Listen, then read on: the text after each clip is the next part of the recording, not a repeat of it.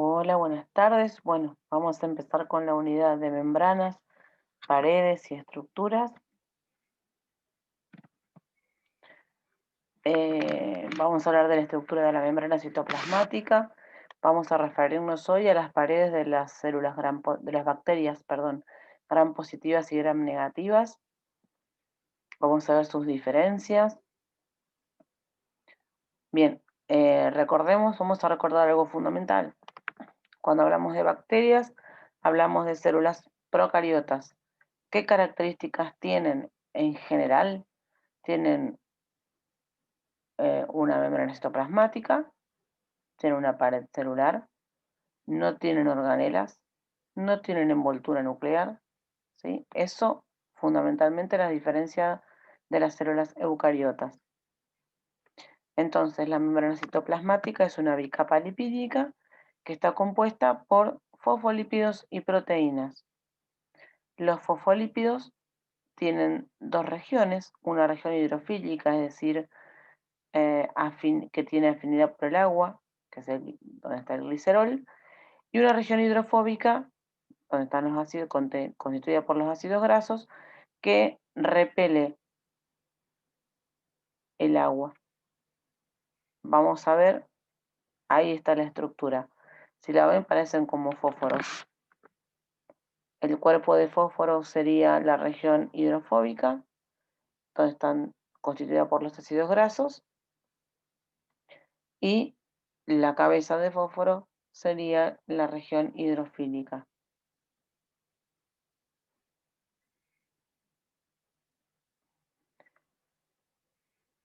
Bien, vamos a ir viendo el dibujo y les voy a ir explicando. Es mejor todo lo que tienen acá. Dijimos que vamos a hablar de las bacterias gram positivas y gram negativas.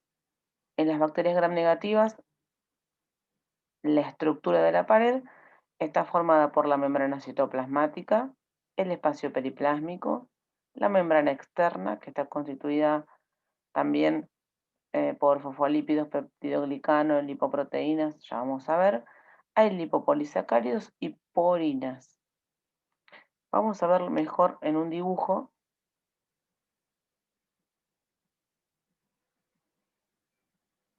Acá estamos. Acá tenemos el dibujo comparativo de los dos tipos de paredes, de las gram negativas y de las gram positivas. Bien, dijimos que teníamos una membrana externa, una membrana interna. Dijimos que estaba constituida en la membrana citoplasmática por una doble capa lipídica, ¿sí? Con fosfolípidos que tenían una región hidrofílica y una región hidrofóbica compuesta por ácidos grasos. Si observamos acá, tenemos en azul se ve, vamos a hablar de las bacterias gram negativas, ¿sí? En azul se ven los distintos tipos de proteínas que tenemos en la pared. Los fosfolípidos que están marcados como lípidos, esa sería la membrana plasmática. Rodeando la membrana plasmática tenemos el espacio periplásmico, que es, si ustedes ven, está en rojo y en marrón. Lo que está dentro de ese espacio es el peptidoglicano o mureína, también se llama así. Y está formado por cadenas repetitivas de N-acetilglucosamina y ácido murámico. En las bacterias gram negativas no se forman puentes, ¿sí? Van a ver por qué les aclaro eso tan importante. Tanto las bacterias gram positivas como gram negativas tienen la mureína. Las diferencia la cantidad. Fíjense, en las gram negativas es lo marrón y el rojo que está. Tenemos la membrana citoplasmática y después tenemos el peptidoglicano, que está en rojo y marrón.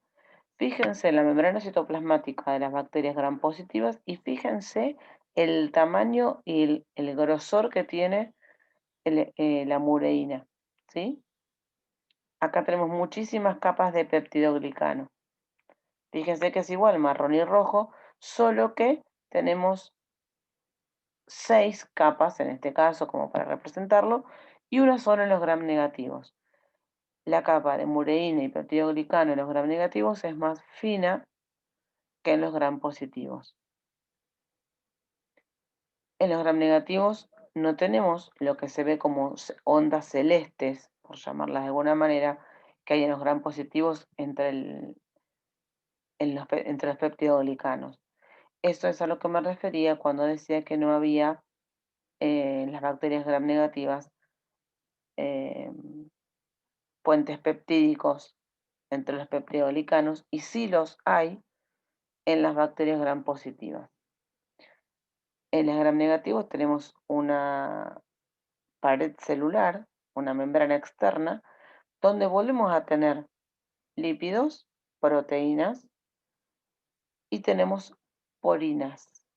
Porinas son un tipo de proteínas que son canales proteicos que permiten que entren y salgan distintos tipos de sustancias a la bacteria para nutrición, que salgan desechos de la bacteria, ¿sí?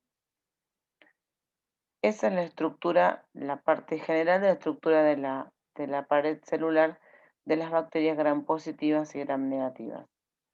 En las gram positivas, fíjense que tenemos los lípidos, la doble capa lipídica de la capa interna, la gran diferencia fundamental del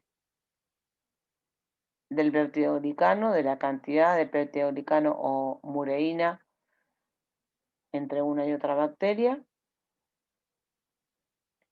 y algo característico de las bacterias gram positivas es el ácido teicoico. En las bacterias gram negativas lo característico es el lipopolisacárido que hay en la pared. Serían o estaría ubicados cerca donde están estos que se ven como pelitos que salen hacia afuera. El lipopolisacárido está compuesto fundamentalmente y principalmente por, vamos a buscarlo, acá está. En su estructura está formado fundamentalmente por el lípido A, el núcleo y el antígeno, ¿sí? Eso es lo que necesitamos saber. El lipopolisacárido lo vamos a encontrar en las bacterias gram negativas y está formado por el lípido A, la región R y el antígeno O. El lípido A y el antígeno O son los que le dan las características a las bacterias gram negativas de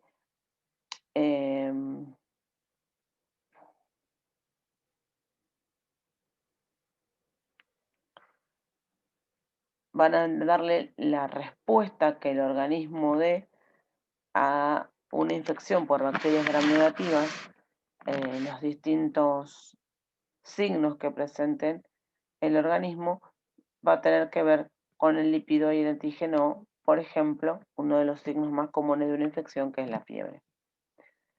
Las bacterias gram positivas van a tener el ácido teicoico como característica propia, ¿sí? Eso es fundamental que lo conozcan, que sepamos bien qué diferencia hay entre la pared de una bacteria gram positiva y gram negativa. Una de las formas de diferenciarlas, ¿cuál era? La coloración de gram. Que decíamos que era una coloración de qué tipo. Una coloración de contraste, ¿sí? Porque había dos colores bastante contrastantes, una coloración donde podía diferenciar por color, y una coloración diferencial, porque me va a diferenciar dos tipos de pared celular diferente. Recuerdan que cuando hacemos la coloración, agregamos primero un colorante violeta, después agregamos una solución yodo-yodurada, mordiente, después, bueno, lavábamos en el medio, después un decolorante y después una segunda coloración. que es la coloración de contraste. ¿Qué pasaba? El primer colorante era color violeta. Yo coloco ese colorante y todas las bacterias se me tiñen de violeta. Coloco el mordiente, lo lavo, coloco el decolorante y ahí empieza la diferencia. Cuando lavo, unas bacterias retuvieron ese colorante violeta y siguen siendo violetas y las otras no. El colorante violeta salió de esas bacterias. Cuando coloco el segundo colorante, la safranina, que es un color rojo,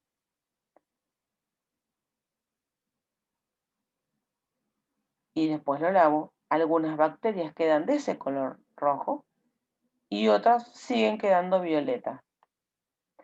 ¿Qué significa eso? ¿Por qué pasa eso? Porque hay un tipo de bacterias que lograron retener el primer colorante y otras que no. ¿Por qué lo retienen? Por esta diferencia en la pared, la capa de mureína. Las bacterias gram positivas, que son las que quedan teñidas de color violeta,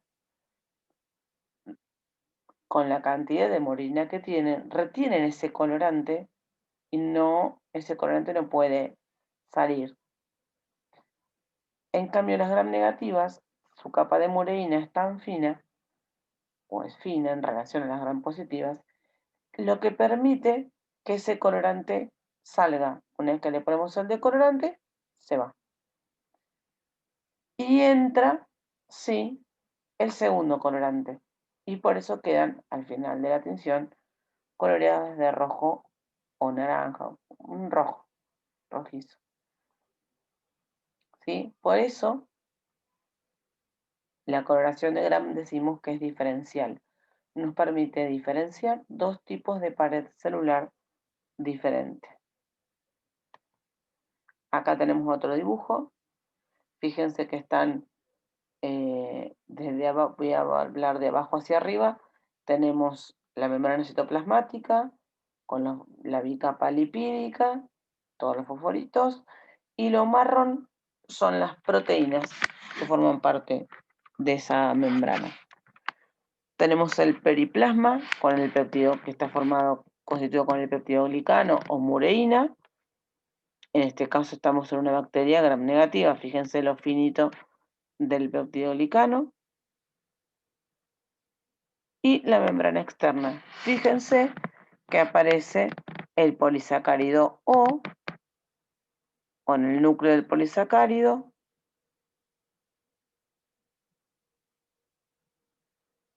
y el lipopolisacárido el LPS famoso, que es característico de las bacterias gram negativas y que es el responsable de la respuesta inmune del organismo frente a una infección por bacterias gram negativas. Bueno, acá está explicado un poco lo que les comenté hoy. Las bacterias gram positivas son células que contienen una membrana citoplasmática con fosfolípidos y proteínas. Por fuera de la membrana está la pared celular, que está compuesta por una capa ancha de peptidoglicano. El peptidoglicano estaba formado por N-acetilglucosamina y ácido N-acetilmurámico. Y a su vez, es otra de las diferencias, están unidas entre sí por péptidos, hay puentes peptídicos, lo cual no hay en las bacterias gram negativas. Estos puentes peptídicos lo que le dan es la rigidez, ¿sí?, a la bacteria, de acuerdo a la cantidad que haya y al entrecruzamiento. Esta es una vista, digamos, de costado, por si la viéramos como un corte de una pared. En la gram positiva, fíjense, tenemos la membrana, miren el peptidoglicano. Y en la gram negativa tenemos la membrana interna, el peptidoglicano,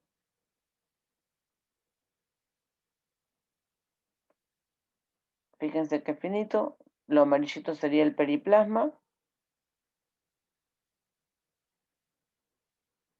y la membrana externa, donde tenemos el EDPS. Otras estructuras que tienen algunas bacterias son las cápsulas y las esporas, dentro de las más conocidas, dentro de las más importantes. De algunas ya hablamos cuando hablamos de coloraciones o distintos métodos de tinción para poder observarlas. Cuando hablamos de cápsulas, vamos a ver dos ejemplos. Por fuera de la membrana de las bacterias gram negativas y la gruesa pared de las gram positivas, algunas bacterias presentan una cápsula.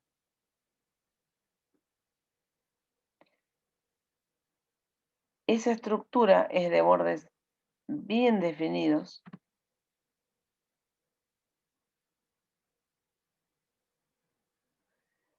y la característica fundamental que tienen estas cápsulas es que son antigénicas.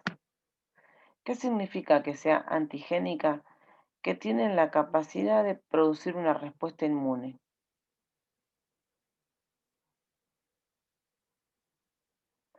¿Qué quiere decir esto? La respuesta inmune, hablándolo muy a grosso modo, cuando algo extraño entra al organismo, el organismo se defiende. Una de sus formas de defensa es generar anticuerpos que van a ir a defendernos de eso extraño y tratar de eliminarlo. Cuando el cuerpo reconoce algo extraño, que en este caso vamos a llamarlo antígeno, el cuerpo va a generar anticuerpos para defenderse de ese antígeno. Anticuerpos especiales para ese antígeno. ¿Sí? Las cápsulas tienen esa capacidad. En algunas bacterias lo vamos a tener. Vamos a ver después una foto de las cápsulas. Una bacteria muy de las más conocidas que pueden presentar cápsula son los Streptococcus pneumoniae, responsables, entre otras cosas, de la neumonía. Son diplococos gram positivos y se puede ver alrededor, tan uniditos como granos de café, y se puede ver alrededor cuando tienen la cápsula, la forma de la cápsula. Se dice que los estreptococos capsulados o las bacterias que son capsuladas son más virulentas. ¿Qué significa? ¿Qué quiere decir cuando hablamos de virulencia? Hablamos de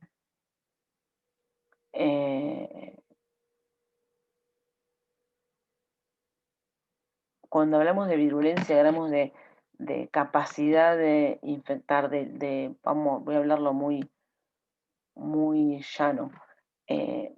¿Cuán mala puede ser esa bacteria? ¿Cuánto daño puede hacer? Cuanto más virulento, más daño.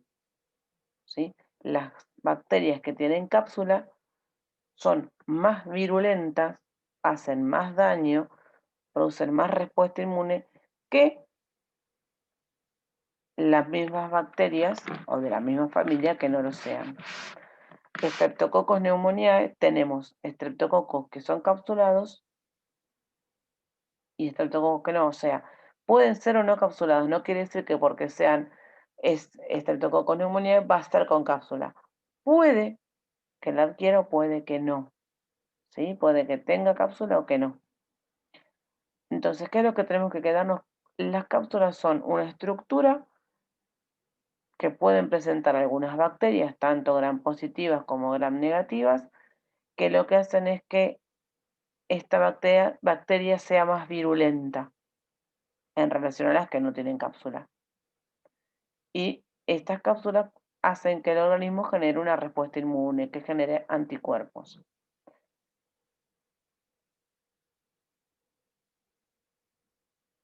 Ahora vamos a hablar de las esporas. Las esporas o endosporas en realidad son órganos de resistencia. Se dan cuando hay muchos ejemplos de esporas, pero la característica fundamental, lo que tenemos que tener en cuenta, es que son órganos de resistencia, es decir, Cuando la bacteria se encuentra en un medio de sequedad que no tiene las condiciones ideales para vivir, genera estas esporas para defenderse y adaptarse a esa nueva situación.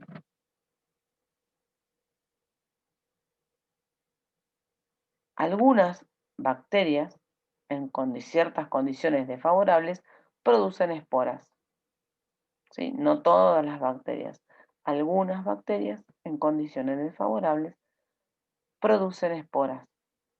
Las esporas son elementos de supervivencia, digamos. Son órganos de resistencia para que la bacteria sobreviva en condiciones no ideales.